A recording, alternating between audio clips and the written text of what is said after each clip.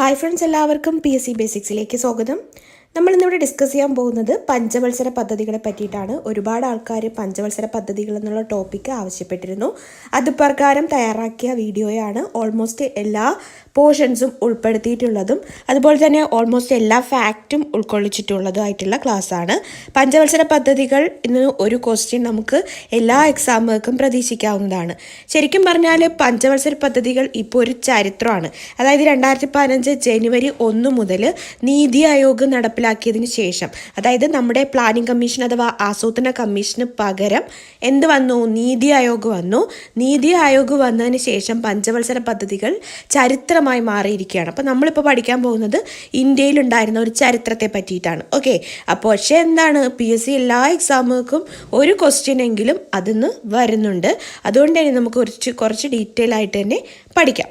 Okay, അപ്പോൾ പഞ്ചവത്സര പദ്ധതികൾ കൂടാതെ ഒരുപാട് ക്ലാസ്സുകൾ ഞാൻ എൻ്റെ വീഡിയോയിൽ ഇട്ടിട്ടുണ്ട്. അപ്പോൾ നിങ്ങൾക്ക് അതൊക്കെ കാണാം. SCRT ബുക്ക് ബേസ് ചെയ്തിട്ടുള്ള മോക്ക് ടെസ്റ്റ് ക്ലാസ്സുകളൊക്കെ നിങ്ങൾക്ക് അവൈലബിൾ ആണ്. അതിനായിട്ട് ചാനൽ സബ്സ്ക്രൈബ് ചെയ്യുക. സബ്സ്ക്രൈബ് ചെയ്താൽ മാത്രം പോരാ, തൊട്ടടുത്തുള്ള ബെൽ ബട്ടൺ പ്രസ് ചെയ്യാം. അതുപോലെ തന്നെ ടെലഗ്രാം ചാനൽ കൂടി ജോയിൻ ചെയ്യുകയാണെങ്കിൽ ഞാനിടുന്ന വീഡിയോസ്, വെബ്സൈറ്റിൽ ലോഡ് ചെയ്യുന്ന മോഡൽ ക്വസ്റ്റ്യൻസ് ഒക്കെ നിങ്ങൾക്ക് ലഭിക്കുന്നതായിരിക്കും. ഓക്കെ, അപ്പോൾ നമുക്ക് ഇന്നത്തെ ക്ലാസ് സ്റ്റാർട്ട് ചെയ്യാം. ഓർമ്മിക്കുക, പഞ്ചവത്സര പദ്ധതികൾ ലോകത്തിൽ ആദ്യമായിട്ട് നടപ്പിലാക്കിയത് സോവിയറ്റ് യൂണിയനാണ്. അതായത് USSR ആണ്. അതായത് ഇന്നത്തെ റഷ്യയാണ് ആദ്യമായിട്ട് ലോകത്തിൽ പഞ്ചവത്സര പദ്ധതികൾ എന്ന ഒരു കൺസെപ്റ്റ് കൊണ്ടുവന്നത്. ജോസഫ് സ്റ്റാലിൻ 1928 ആദ്യത്തെ പഞ്ചവത്സര പദ്ധതി USSRൽ നടപ്പിലാക്കിയത്. ആരാണ് നടപ്പിലാക്കിയത്?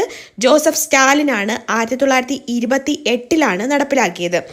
ഇദ്ദേഹം നടപ്പിലാക്കിയ മാതൃക വെച്ചിട്ടാണ് ഇന്ത്യ അതിൽ നിന്നാണ് പഞ്ചവത്സര പദ്ധതി എന്ന ഒരു തീം കടമെടുത്തത്.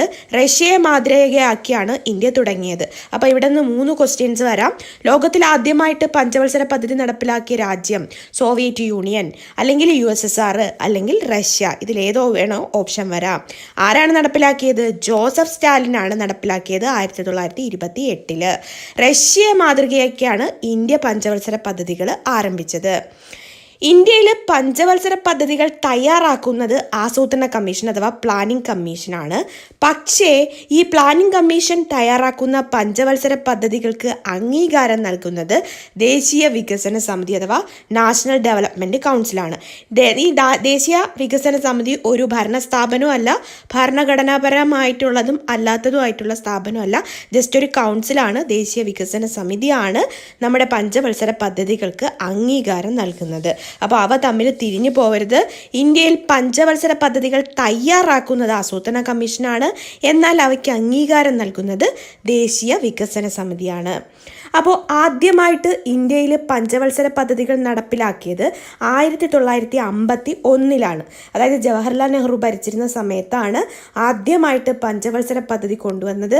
ഒന്നാം പഞ്ചവത്സര പദ്ധതി ആകുമ്പോൾ എത്ര വർഷമുണ്ട്? മൊത്തം 5 വർഷം. അപ്പോൾ 1951 മുതൽ 1956 വരെയായിരുന്നു ഒന്നാം പഞ്ചവത്സര പദ്ധതി.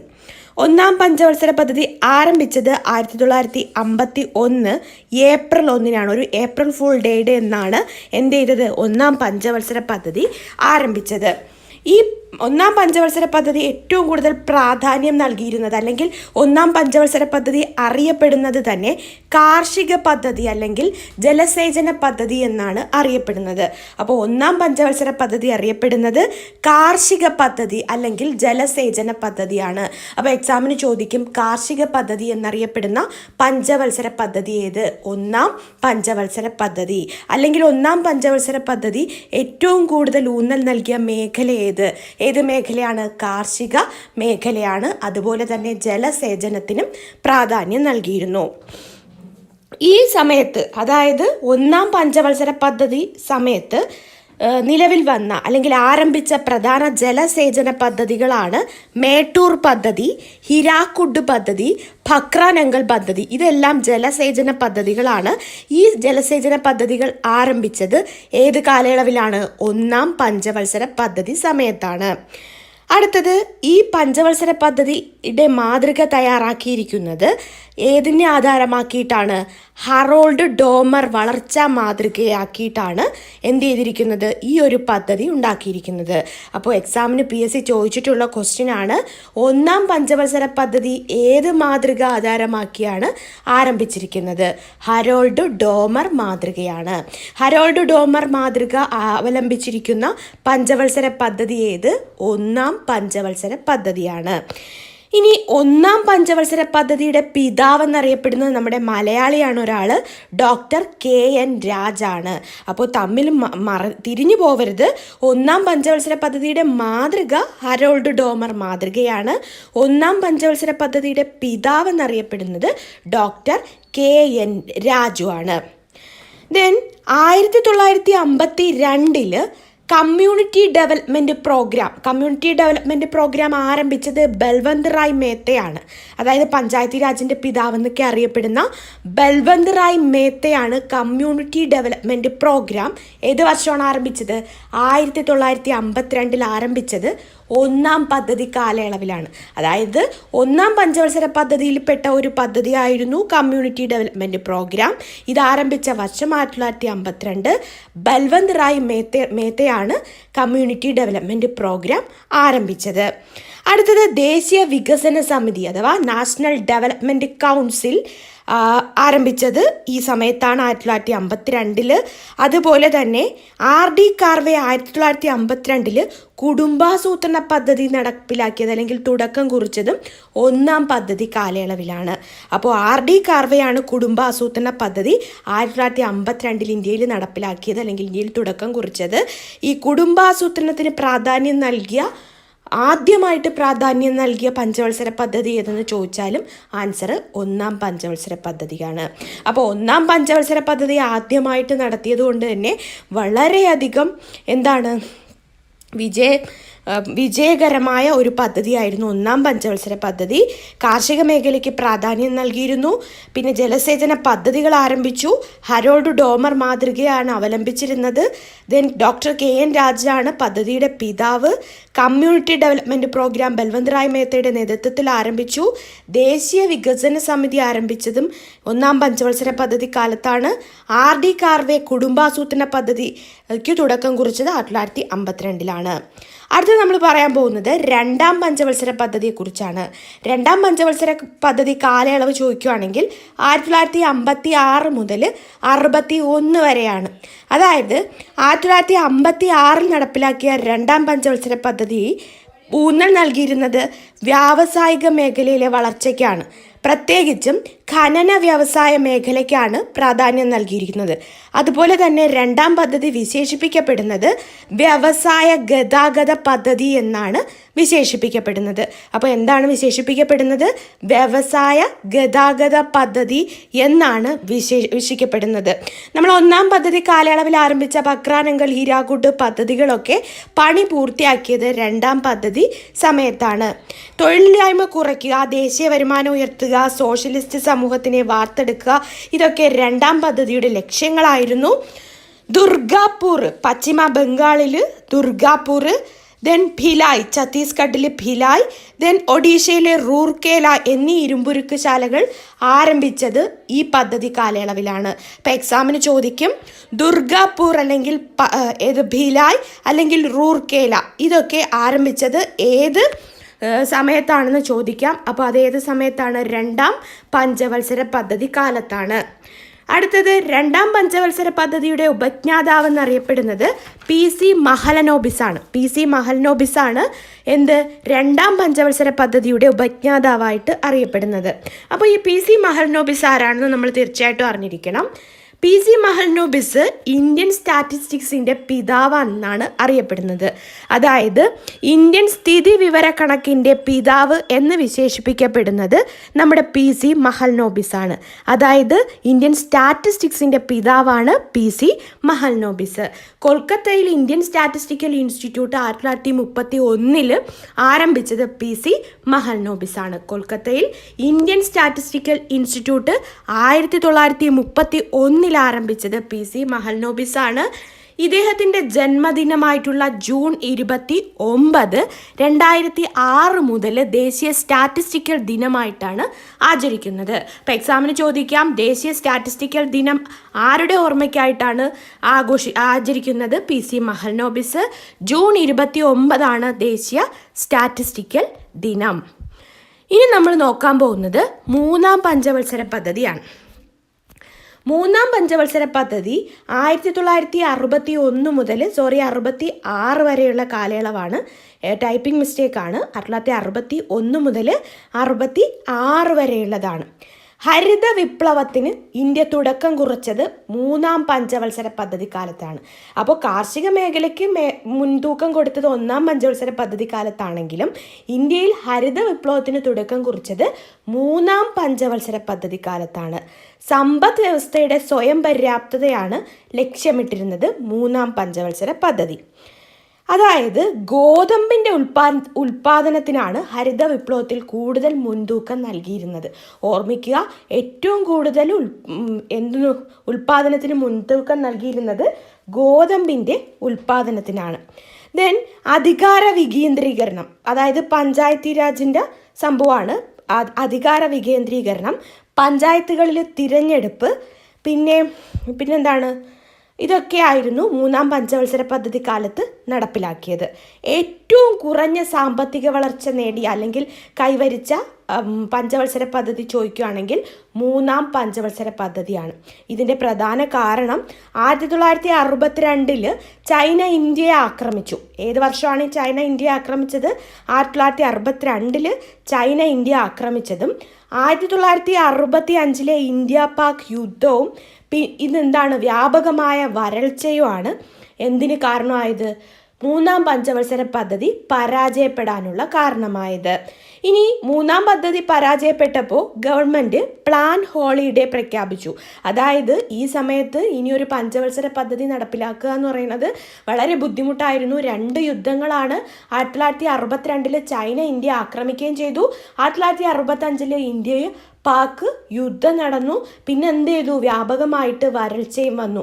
അപ്പോൾ എന്ത് ചെയ്തു? മൂന്നാം പദ്ധതി പാടെ തകർന്നു. സോ ഇനിയൊരു പദ്ധതി ഉണ്ടാക്കുക എന്ന് പറയുന്നത് ഭയങ്കര ബുദ്ധിമുട്ടായിട്ട് വന്നു. അതുകൊണ്ട് ഗവൺമെൻറ് ഒരു പ്ലാൻ ഹോളിഡേ വർക്കൗട്ട് ചെയ്തു. ഏത് വർഷമൊക്കെയാണ്? 1966 മുതൽ 69 വരെ.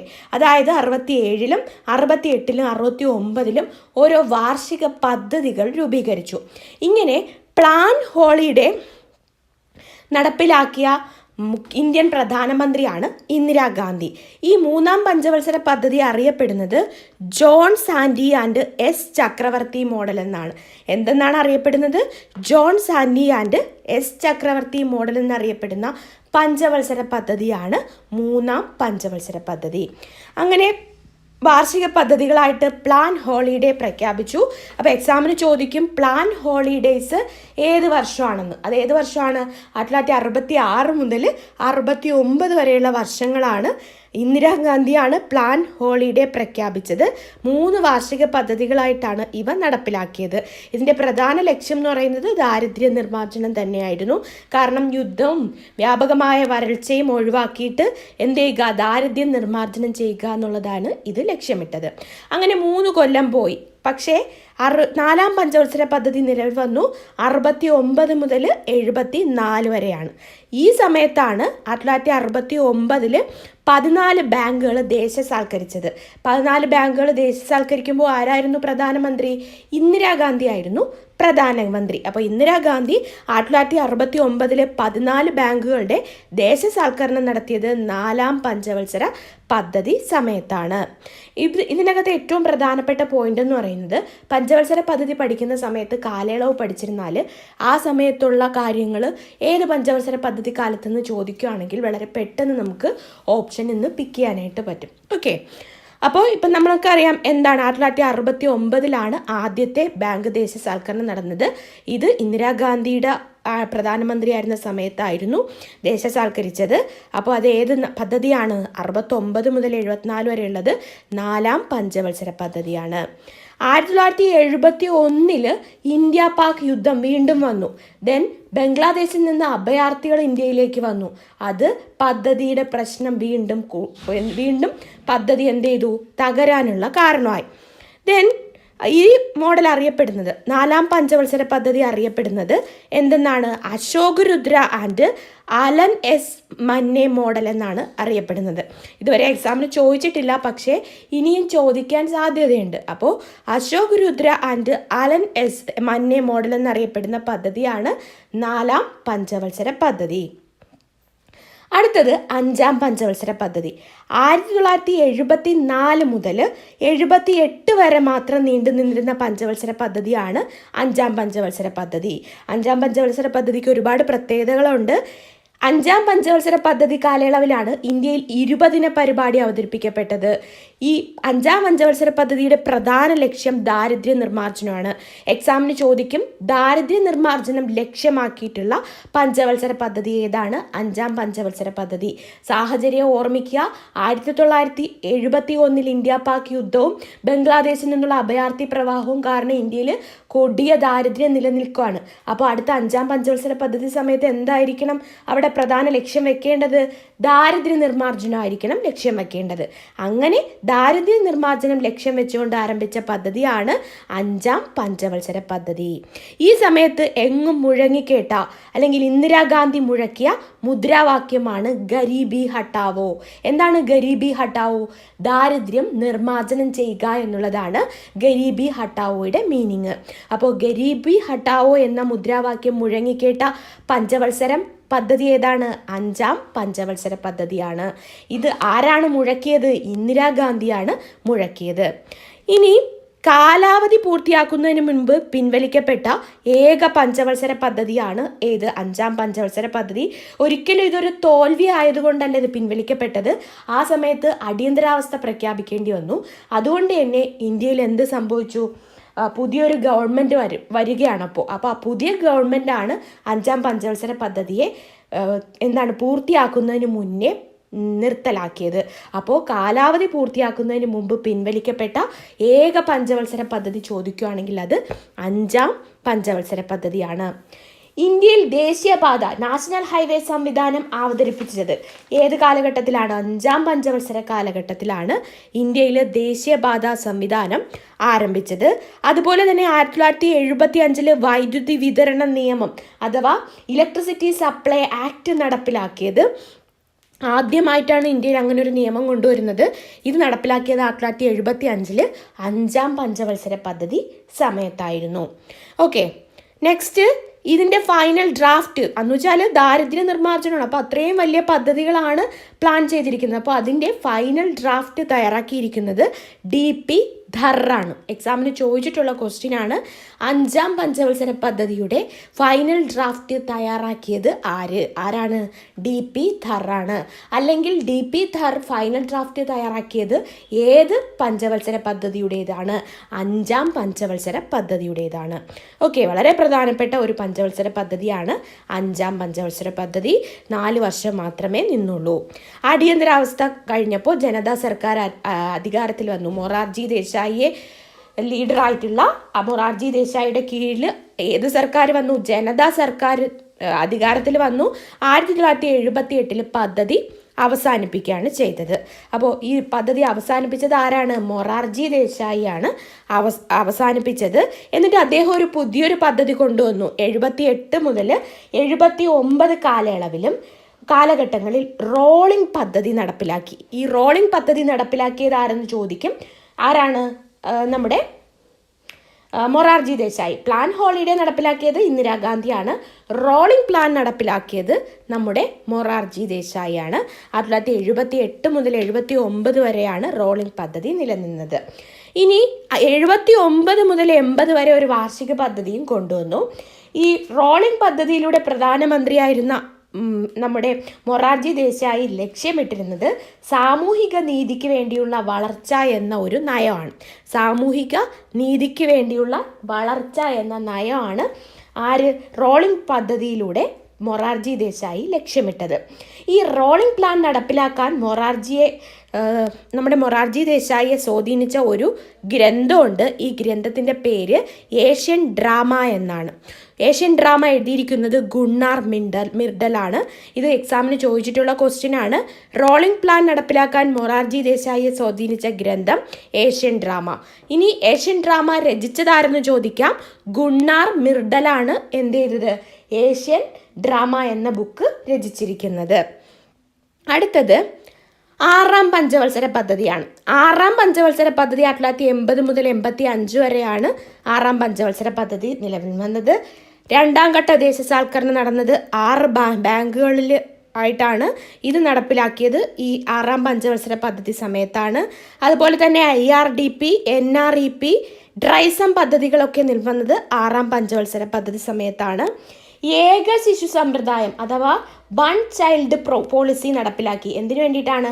ജനസംഖ്യാ വളർച്ച തടയുന്നതിന് വേണ്ടിയിട്ട് ഏക ശിശു സമ്പ്രദായം നടപ്പിലാക്കിയത് 6ാം പഞ്ചവത്സര പദ്ധതി കാലത്താണ്. ഈ പദ്ധതി അറിയപ്പെടുന്നത് ഗാന്ധിയൻ മോഡൽ പദ്ധതി എന്നാണ് അറിയപ്പെടുന്നത്. അടുത്തത് 7ാം പഞ്ചവത്സര പദ്ധതിയാണ്. 7ാം പഞ്ചവത്സര പദ്ധതിയിൽ അധികം ഒന്നും പഠിക്കാനില്ല. പൊതുമേഖലയിൽ വൻ വളർച്ചയാണ് ലക്ഷ്യമിട്ടിരുന്നത്. ഇനി എന്താണ്, 8ാം പദ്ധതിക്ക് കുറച്ച് താമസം വന്നു. അതായത് 1985 മുതൽ 80 വരെ 90 വരെ 7ാം പഞ്ചവത്സര പദ്ധതി നിലവിൽ വന്നു. നിലവിലുണ്ടായിരുന്നു. പൊതുമേഖലയിലെ വൻ വളർച്ച ഉണ്ടാക്കുക എന്നുള്ളതായിരുന്നു ഏറ്റവും പ്രധാന ലക്ഷ്യം എന്ന് പറയുന്നത്. അത് കഴിഞ്ഞിട്ട് 2 വർഷം എന്ത് ചെയ്തു?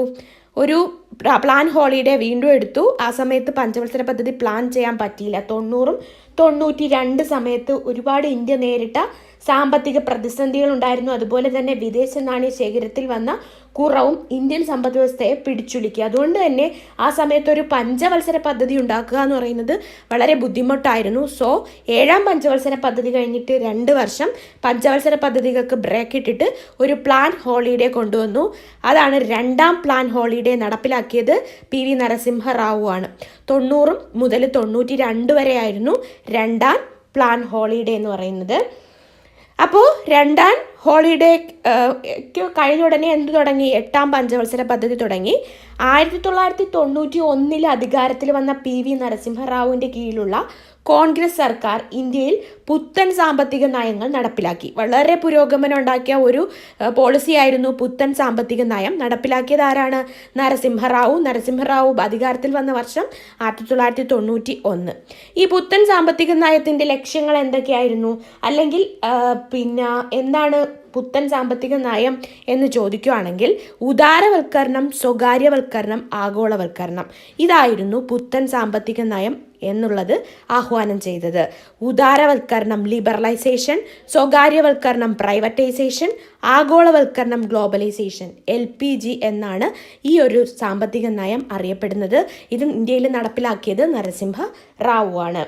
അങ്ങനെ ഒരുപാട് വ്യവസായങ്ങളിൽ ഒരുപാട് മാറ്റങ്ങളും ഒക്കെ നിലവിൽ വന്നു. പിന്നെ പഞ്ചായത്തി രാജിന് വേണ്ടിയിട്ടൊരു നിയമം നടപ്പിലാക്കി. അതുപോലെ തന്നെ നഗരപാലിക നിയമം നടപ്പിലാക്കിയതും നമ്മുടെ 8ാം പഞ്ചവത്സര പദ്ധതി കാലത്താണ്. 8ാം പഞ്ചവത്സര പദ്ധതി കാലം 1992 മുതൽ 97 വരെയാണ്. ഈ സമയത്താണ് നാഷണൽ സ്റ്റോക്ക് എക്സ്ചേഞ്ച് 1992 മുംബൈയിൽ നിലവിൽ വന്നത്. 8ാം പദ്ധതി കാലത്താണ് നാഷണൽ സ്റ്റോക്ക് എക്സ്ചേഞ്ച്. അതുപോലെ തന്നെ വേൾഡ് ട്രേഡ് ഓർഗനൈസേഷനിൽ, ലോക വ്യാപാര സംഘടനയിൽ ഇന്ത്യ അംഗമായതും 8ാം പഞ്ചവത്സര പദ്ധതി കാലത്താണ്. ഈ 8ാം പഞ്ചവത്സര പദ്ധതി അറിയപ്പെടുന്നത് റാവു എന്ന് പറയുമ്പോൾ ആരാണ്? നരസിംഹറാവു മൻമോഹൻ മോഡൽ എന്നാണ് അറിയപ്പെടുന്നത്. ഇവർ സ്വീകരിച്ചിരിക്കുന്ന മോഡൽ ജോൺ W മില്ലർ എന്ന ആളിൻ്റെ മോഡലാണ്. സോ ഈ model John W Miller model എന്നും അറിയപ്പെടുന്നുണ്ട്. അപ്പോൾ റാവു മൻമോഹൻ മോഡൽ എന്നറിയപ്പെട്ടത് 8ാം പഞ്ചവത്സര പദ്ധതിയാണ്. ജോൺ W മില്ലർ മോഡൽ എന്നാണ് ഇത് അറിയപ്പെടുന്നത്. ഇവിടുത്തെ മനുഷ്യ വികസനമാണ് 8ാം പഞ്ചവത്സര പദ്ധതി ഏറ്റവും കൂടുതൽ പ്രാധാന്യം നൽകിയിരുന്നത്. സോ എക്സാമിന് ചോദിക്കും, ഹ്യൂമൻ ഡെവലപ്മെൻറ്റ് അല്ലെങ്കിൽ മനുഷ്യ വികസനത്തിന് ഏറ്റവും കൂടുതൽ ഊന്നൽ നൽകിയ പഞ്ചവത്സര പദ്ധതി ഏത്? 8ാം പഞ്ചവത്സര പദ്ധതിയാണ്. ഓക്കെ, അടുത്തത് 9ാം പഞ്ചവത്സര പദ്ധതി 1997 മുതൽ 2002 വരെ ആയിരുന്നു. ജനകീയ പദ്ധതി എന്നറിയപ്പെടുന്നതാണ് 9ാം പദ്ധതി. സ്വാതന്ത്ര്യത്തിൻ്റെ 50-ാം വാർഷിക വേളയിൽ നിലനിന്നിരുന്ന പദ്ധതിയാണ് 9-ാം പദ്ധതി, കോമൺ മിനിമം പ്രോഗ്രാം. അതുപോലെ തന്നെ സ്ത്രീ ശാക്തീകരണം എന്നിവയ്ക്ക് പ്രാധാന്യം നൽകിയിരുന്നത് 9-ാം പദ്ധതിയിലാണ്. ജനകീയ പദ്ധതിയാണ്. സ്വാതന്ത്ര്യത്തിൻ്റെ 50-ാം വാർഷിക വേളയിലാണ് 9-ാം പദ്ധതി നിലവിൽ വന്നത്. കോമൺ മിനിമം പ്രോഗ്രാം എന്നറിയപ്പെട്ടത് സ്ത്രീ ശാക്തീകരണത്തിന് കൂടുതൽ ഊന്നൽ നൽകിയ പദ്ധതിയും 9-ാം പദ്ധതിയാണ്. അടുത്തത് 10-ാം പദ്ധതി. 2002 മുതൽ 2007 വരെ നിലവിലുണ്ടായിരുന്ന പദ്ധതിയാണ് 10-ാം പദ്ധതി. കേരള വികസന പദ്ധതി എന്നറിയപ്പെടുന്നത് 10-ാം പദ്ധതിയാണ്. അപ്പോൾ കേരള വികസന പദ്ധതി എന്നറിയപ്പെടുന്നത് 10-ാം പദ്ധതിയാണ്. ദേശീയ തൊഴിലുറപ്പ് പദ്ധതി 2005 നിലവിൽ വന്നത് 10-ാം പദ്ധതിയോടനുബന്ധിച്ചിട്ടാണ്. ഏറ്റവും ഉയർന്ന മൊത്ത ആഭ്യന്തര ഉൽപാദന വളർച്ച അഥവാ GDP നടപ്പിലാക്കിയത് 10-ാം പദ്ധതി പ്രകാരമാണ്. ഏറ്റവും ഉയർന്ന മൊത്ത ആഭ്യന്തര ഉൽപാദന വളർച്ച നടപ്പിലാക്കിയത് 10-ാം പദ്ധതി പ്രകാരമാണ്. അപ്പം മറക്കണ്ട, എക്സാമിന് ചോദിച്ചിട്ടുള്ള ക്വസ്റ്റ്യനാണ്. കേരള വികസന പദ്ധതി എന്നറിയപ്പെട്ട പദ്ധതി ഏത്? 10-ാം പഞ്ചവത്സര പദ്ധതിയാണ്. അടുത്തത് 11-ാം പദ്ധതിക്ക് പ്രത്യേകിച്ച് പ്രത്യേകതകളൊന്നുമില്ല. 2007-2012 കാലഘട്ടത്തിലാണ് 11-ാം പദ്ധതി നിലവിൽ വന്നത്. ഇത് ഒരുപാട് ആൾക്കാർക്ക് തൊഴിലവസരങ്ങൾ സൃഷ്ടിക്കുക അങ്ങനെയൊക്കെ ആയിരുന്നു ഇതിൻ്റെ ഉദ്ദേശം. അതങ്ങ് തീർന്നു 2007 മുതൽ 2012 വരെ. ദെൻ 12-ാം പദ്ധതി 2012 മുതൽ 2017 വരെയാണ് നിലനിന്നിരുന്നത്. ലാസ്റ്റ്, അതായത് 12-ാം പദ്ധതിയാണ് നമ്മുടെ ഇന്ത്യയിലെ അവസാനത്തെ പഞ്ചവത്സര പദ്ധതി. 2012 മുതൽ 2017 വരെയാണ് നിലനിന്നിരുന്നത്. ഇതിൻ്റെ പ്രധാന ലക്ഷ്യം സുസ്ഥിര വികസനമായിരുന്നു. അതായത് സസ്റ്റൈനബിൾ ഗ്രോത്ത് എന്നതായിരുന്നു 12-ാം പദ്ധതിയുടെ പ്രധാന ലക്ഷ്യം. അപ്പോൾ 12-ാം പദ്ധതി അവസാനിച്ചു.